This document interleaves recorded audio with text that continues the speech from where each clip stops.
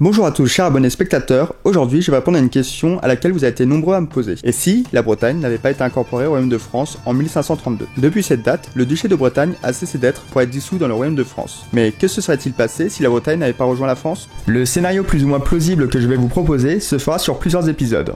Bon, même s'il est totalement imaginaire et un peu farfelu.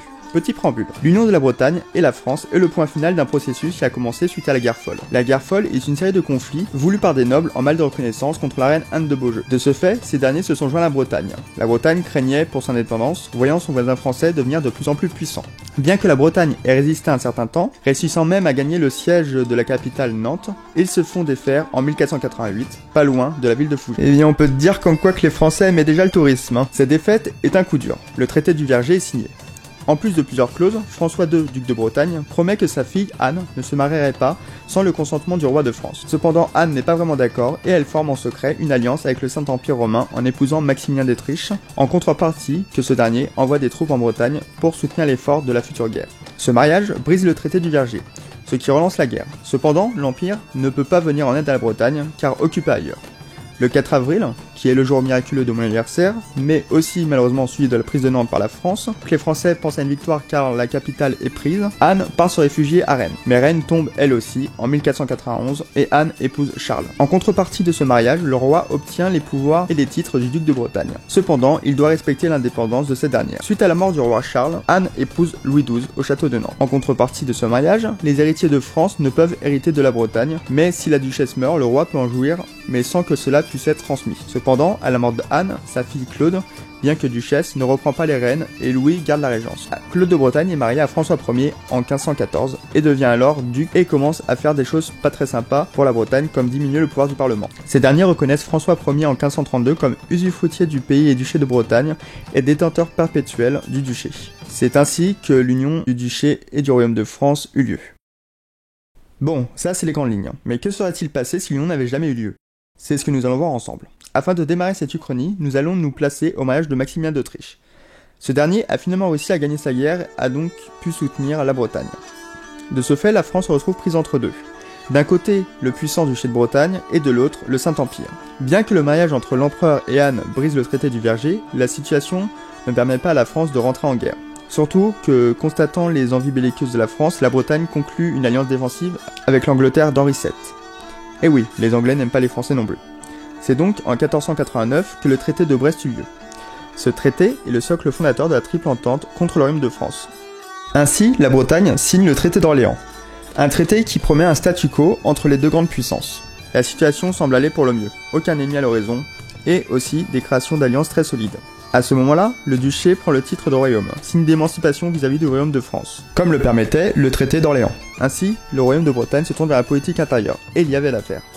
Terre très paysanne, la reine Anne décida de mettre en place une instruction religieuse catholique obligatoire de 8 à 13 ans, afin de rendre son peuple Enfin voilà. Cette réforme est possible grâce à l'alliance avec l'Angleterre et le Saint-Empire, mais aussi grâce à la paix qui règne entre la France et la Bretagne, permettant des échanges. La Bretagne étant une terre tournée vers le sang, on vendait beaucoup de poissons. En 1492, à la suite de la découverte d'un nouveau passage vers la Chine, la Bretagne souhaite participer aux découvertes.